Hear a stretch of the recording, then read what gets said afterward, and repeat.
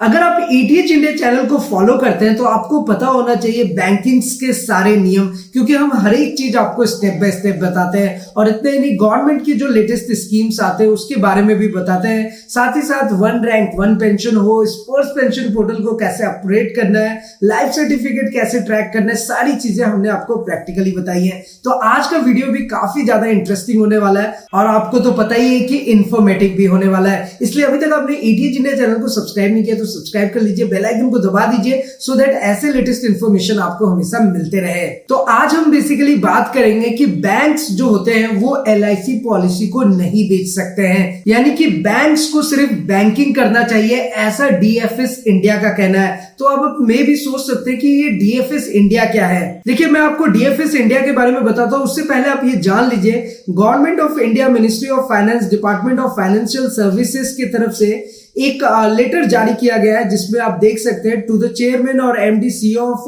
All public sector banks. यहाँ पे clearly आप देख सकते हैं सब्जेक्ट क्या है, MIS selling of life insurance policies through banking channel. Sir, अब यहाँ पर एक एक पॉइंट मैं आपको क्लियर करूंगा। तो आगे बढ़ने से पहले हम लोग जान लेते हैं कि डीएफएस इंडिया क्या है, क्योंकि डीएफएस इंडिया का ये कहना है कि बैंक्स जो है वो एलआईसी पॉलिसीज नहीं बेच सकती हैं, वो सिर्फ बैंकिंग ही कर सकती हैं। और इस लेटर के माध्यम से आपको सारा चीज समझ में आएगा, इसलिए आपको रूल्स एंड रेगुलेशंस भी पता होना चाहिए। अगर डीएफएस इंडिया की बात करें ना, तो the mandate of the department of financial services covers the functioning of banks, financial institutions, insurance companies and the national pension system, that is NPS. और एनपीएस के बारे में भी मैंने ऑलरेडी आपको काफी डिटेल में पहले भी बताया है। और ना सिर्फ एनपीएस के बारे में बताया, मैंने आपको ये भी बताया कि नेशनल पेंशन सिस्टम में क्या डिफरेंस है, ओल्ड पेंशन सिस्टम में क्या डिफरेंस है, दोनों में क्या क्या एडवांटेजेस थे, दोनों को आपको एनपीएस वर्सेस ओपीएस करके भी मैंने आपको एक वीडियो बनाया हुआ है। इसलिए तो आपको कहता हूं कि एटीएच इंडिया चैनल के साथ जरूर बने रहिए। तो यहां से हमें यह समझ आता है कि डीएफएस इंडिया भी एक इंस्टीट्यूशनल ऑर्गेनाइजेशन है जो गवर्नमेंट ऑफ इंडिया उसे मॉनिटर करती है, जो कि सारे बैंक्स को देखती है, फाइनेंशियल इंस्टीट्यूशंस को देखती है, इंश्योरेंस कंपनीज को और नेशनल पेंशन सिस्टम को ऑपरेट करती है। तो डीएफएस का ही कहना था कि बैंक्स जो है वो कोई भी पॉलिसी नहीं सेल कर सकती है, बैंक सिर्फ बैंकिंग कर सकती है, लेकिन एक्चुअल में ऐसा नहीं होता है। तो चलिए हम लेटर के माध्यम से सारी चीजों को स्टेप बाय स्टेप समझते हैं। देखिए, यहां पर सबसे पहली चीज क्या निकल करके आ रही है कि department has received A complaint that fraudulent and unethical practices are adopted by banks and life insurance companies channel partner for procuring life insurance policies from the bank customers। तो देखो, इन्होंने क्लियरली यहाँ पर मेंशन किया हुआ है, अगर आपका भी कैसा भी अकाउंट हो बैंक्स में, आप अपना सेविंग्स अकाउंट रखते हैं, तो वहां पर आपको बोला जाता है कि आप ये इंश्योरेंस पॉलिसी ले लीजिए, ये पॉलिसी लीजिए। ये हर बैंक अकाउंट में ऐसा होता है और हर एक बैंक्स चैनल पार्टनर के रूप में हर एक पॉलिसी को सेल कर रही है, लेकिन एक्चुअल में ऐसा नहीं हो सकता और ऐसा रूल है नहीं।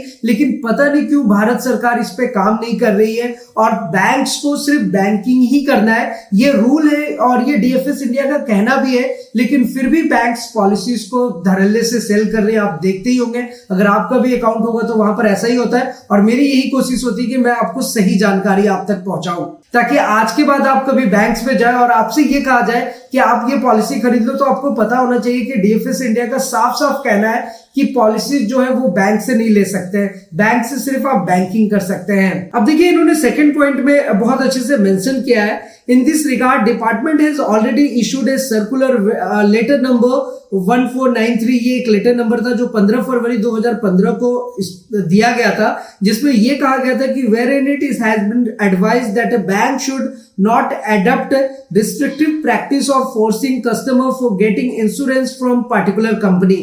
It was also conveyed that CBC has raised objection as incentives for selling insurance products brings not only pressure on the field staff but the core business of banking gets affected, and secondly quality of advances may get compromised in the lure of commission and incentives for staffs।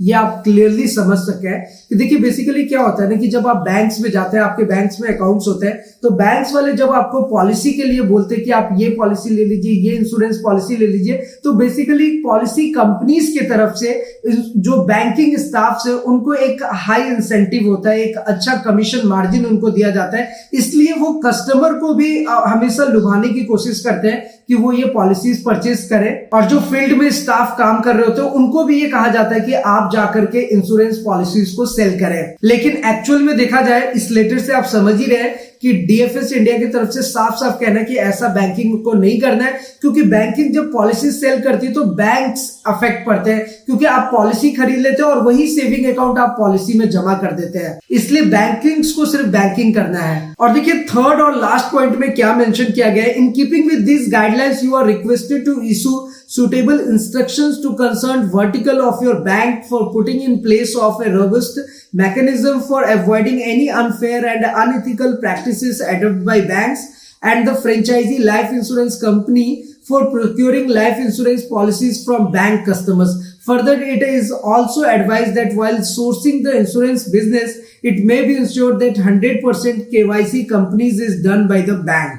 अब guideline तो निकल चुकी है, सारी चीजें हो चुकी है, बैंक्स को ये एडवाइस भी कर दिया गया है, लेकिन एक्चुअल में ऐसा नहीं होता है। बैंक्स जो है वो कंपनीज के साथ टाई अप करके पॉलिसी सेल ही कर रही है। इसका जो मेन रीजन है वो इंसेंटिव और मार्जिन का रीजन होता है, इसलिए वो आपको पॉलिसी के लिए ज्यादा आपको लुभाने की कोशिश करती है। उसके बाद ये लेटर है योर्स फेथफुली लोकेश चंद्र तिरहान अंडर सेक्रेटरी विजिलेंस, और जैसे कि मैंने आपको बताया कि यहाँ पर आप देख सकते हैं जो मेल आईडी है वो dfsnic.in की तरफ से है, और डीएफएस के बारे में मैंने ऑलरेडी आपको बता दिया है, जो बैंक्स और नेशनल पेंशन सिस्टम और जो इंश्योरेंस पॉलिसीज होती है उसको वो पूरा रेगुलेट और ऑर्गेनाइज करती है। तो बेसिकली दोस्तों इस लेटर से मुझे यही आपको बताना था कि इस तरह की चीजें होती है, लेकिन आप अगर एटीएच इंडिया चैनल को फॉलो करते हैं तो चाहे वो बैंकिंग का इंफॉर्मेशन हो या फिर फाइनेंस से रिलेटेड इंफॉर्मेटिव वीडियोस हो, हर एक चीज हम आपके साथ जरूर शेयर करते हैं। तो दोस्तों अगर आपके भी मन में कोई सवाल हो बैंकिंग से रिलेटेड, फाइनेंस से रिलेटेड, तो आपको पता है कि आप हमारे साथ नीचे कमेंट करके पूछ सकते हैं। और बहुत सारे ऐसे छोटे छोटे स्कीम्स होते हैं जहां पर आप डेली के सिर्फ 50 रुपीज भी डिपॉजिट्स करते हैं, या फिर महीने के 1500 रुपए भी आप अगर सेव करते हैं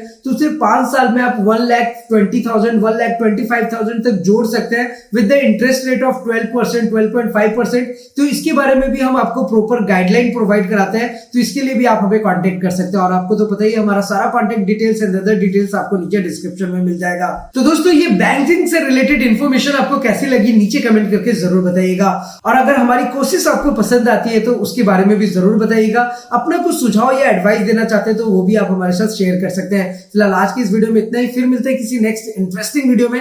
तब तक के लिए सलाम दुआ और प्रणाम, सत श्री अकाल, कीप वॉचिंग, कीप स्माइलिंग, अपना और अपने साथ सबका ख्याल रखिए। जय हिंद, वंदे मातरम।